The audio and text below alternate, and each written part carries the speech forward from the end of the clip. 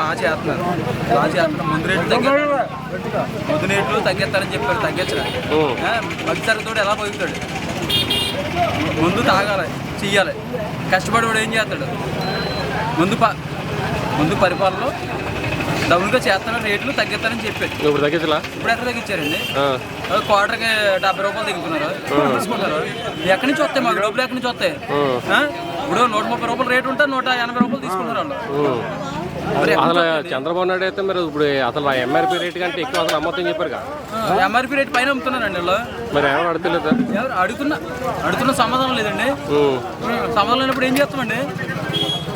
మరి ఇప్పుడు ఏం చేస్తాం? మరి ఇప్పుడు రేట్లు ఎక్కువైనాయి, మందు రేటు ఎక్కువైంది, తప్పుతుందండి. మరి వైఎస్ జగన్ అప్పుడు ఉన్నప్పుడు వైఎస్ జగన్ తిట్టారు, రేటు పెరిగినాయి. అప్పట్లో తక్కువ రేట్లు అండి, ఇప్పుడు అప్పట్లో తక్కువ రేట్లే. ఎంఆర్పీ రేట్ ఇచ్చేవాడు ఆయన, ఎంఆర్పీ రేట్ ఇచ్చేవాడు. ఇప్పుడు ఎంఆర్పీ రేట్ ఎంతగా డౌన్ చేశాడు.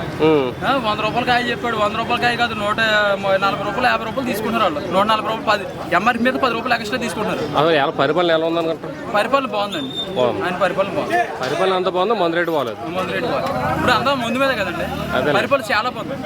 Okay, thank you.